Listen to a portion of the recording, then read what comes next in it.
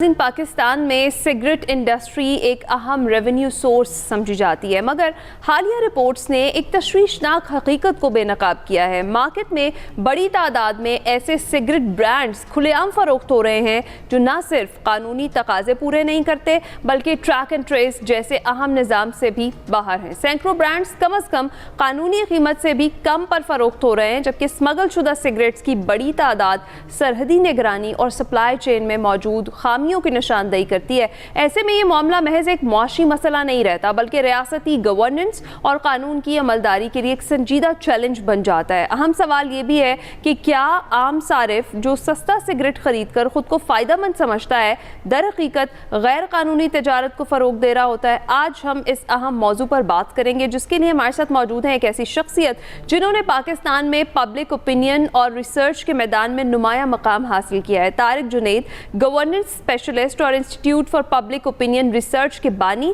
اور executive director ہیں۔ طارق جنید نہ صرف ریسرچ کی قیادت کرتے ہیں بلکہ پالیسی سازی میں بھی اہم کردار ادا کرتے ہیں، جہاں وہ ڈیٹا کو عملی نتائج میں تبدیل کرنے کی مہارت بھی رکھتے ہیں۔ مزید انہی سے بات کرتے ہیں۔ Tariq sahab, thank you very much for joining اس۔ کیسے ہیں آپ؟ Thank you very much, thank you for having on your شو۔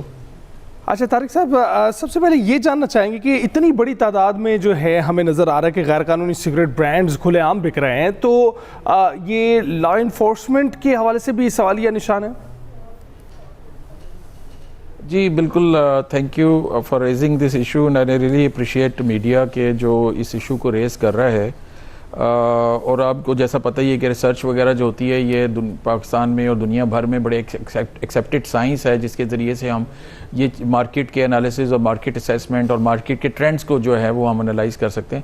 تو ہم نے جو اس دفعہ ریسرچ کے پچھلے 2 سال سے ہم کر رہے ہیں الحمدللہ، تو اس ریسرچ میں ہم نے یہ دیکھا کہ جو ٹیکس کی اویژن ہے وہ پچھلے سال کی نسبت جو ہے تقریباً وہی ہے، تقریباً 300 ارب کے قریب ہے۔ ہم نے یہ دیکھا کہ اس سروے میں جو ہم نے پاکستان کی 20 ڈسٹرکٹس میں کیا اور ہمیں کوئی 477 برانڈز اس میں ہمیں ملے، جس میں سے 455 فیک برانڈز ہیں۔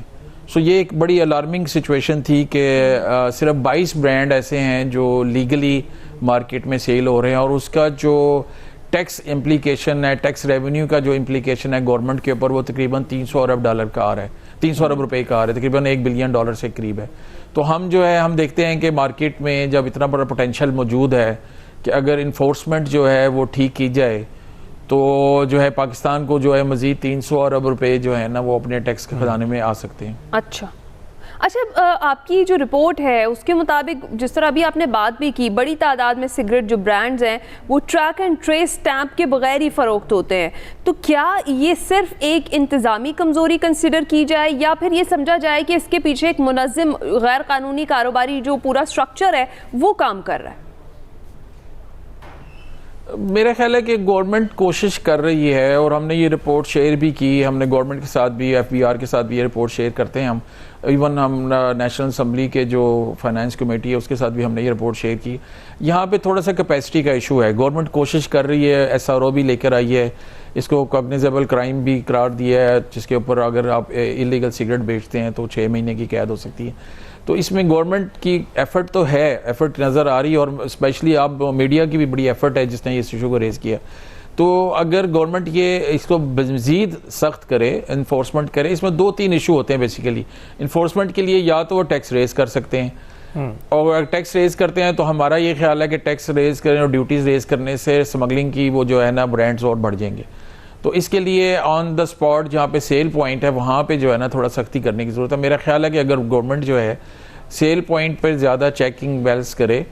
تو یہ سگریٹ کی جو انلیگل سیل ہے یہ اس کے اوپر کافی حد تک کمی آ سکتی ہے۔ رائٹ، تو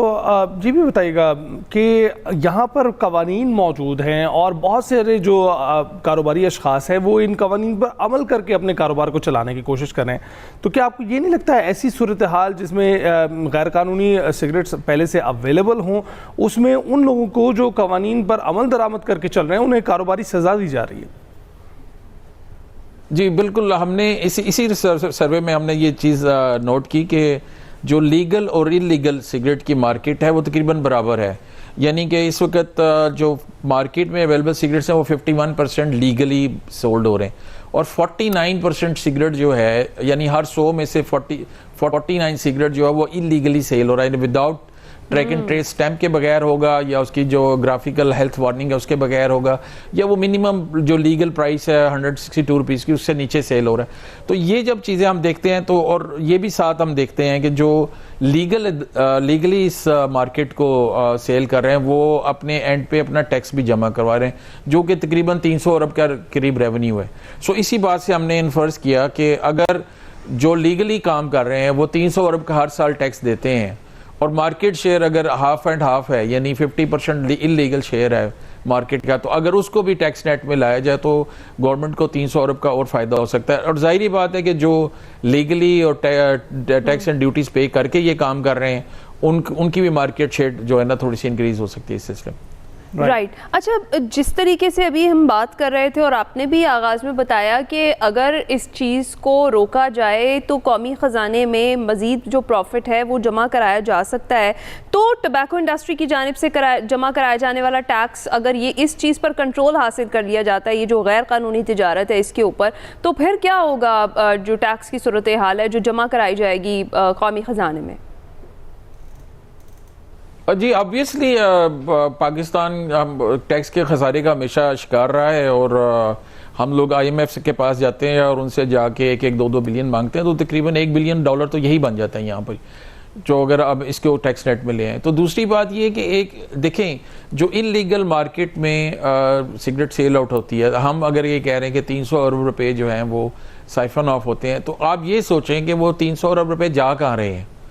وہ کس طرف جا سکتے ہیں. وہ ٹیرر فنانسنگ ہو سکتی ہے, وہ اور جو مافیاز ہیں ان کو سٹرینتھن کر سکتی ہے. سو میرا یہ خیال ہے کہ یہ ایک بڑا لمحہ فکریہ ہے گورنمنٹ کے لیے,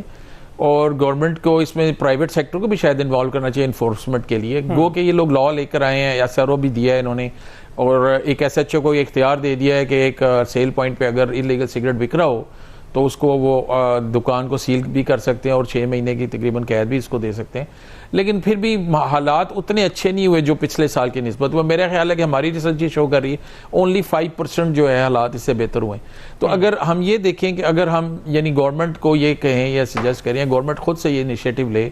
کہ بھئی ہم سیل پوائنٹ پہ جو ہے مزید سختی کریں تاکہ انلیگل سگریٹ جو ہے نا وہ نہ بک سکے, تو اس سے 300 ارب روپے نہ صرف گورنمنٹ کے خزانے میں آئیں گے بلکہ وہ جو 300 ارب جو ارریگولر مارکیٹ میں ہیں یا جسے کہہ لیں بلیک اکانومی میں چلے جاتے ہیں,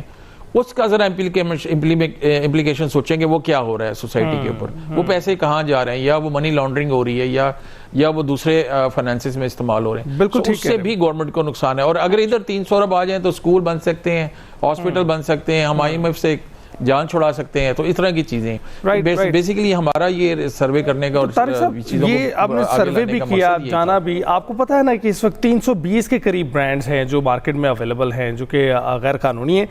تو ان کو تو نیٹ میں لے کر آنا چاہیے. لیکن آپ کو لوپ کہاں پر لگتا ہے, آپ کو کیا لگتا ہے, سرحدی نگرانی میں لوپ ہے, ریٹیلنگ میں لوپ ہے, یا پھر یہ جو سپلائی چین کا جو ایک ریگولیٹری سسٹم ہے اس میں لوپ آپ کو نظر آ رہا ہے؟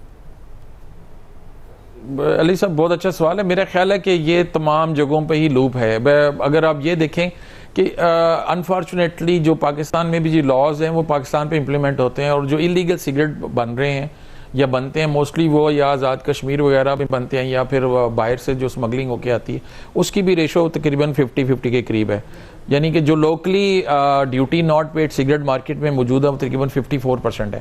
جو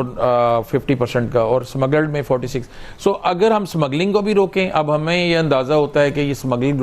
یعنی جو بھی سگریٹ جو انلیگل مارکیٹ میں بک رہا ہے اس میں سے آدھے سمگلڈ ہیں اور آدھے لوکلی ڈیوٹی ناٹ پیڈ. تو ایک تو سیل پوائنٹ کو روکنے کی ضرورت ہے, دوسرا جہاں پہ مینوفیکچرنگ ہو رہی ہے انلیگل مینوفیکچرنگ, گورنمنٹ کرتی بھی ہے, بگ وگس پہ ہاتھ ڈالتی بھی ہے, یہ دیکھتی بھی ہے کہ کہاں پہ انلیگل سگریٹس بن رہے ہیں, ان فیکٹریوں کو سیل بھی کرتی ہے.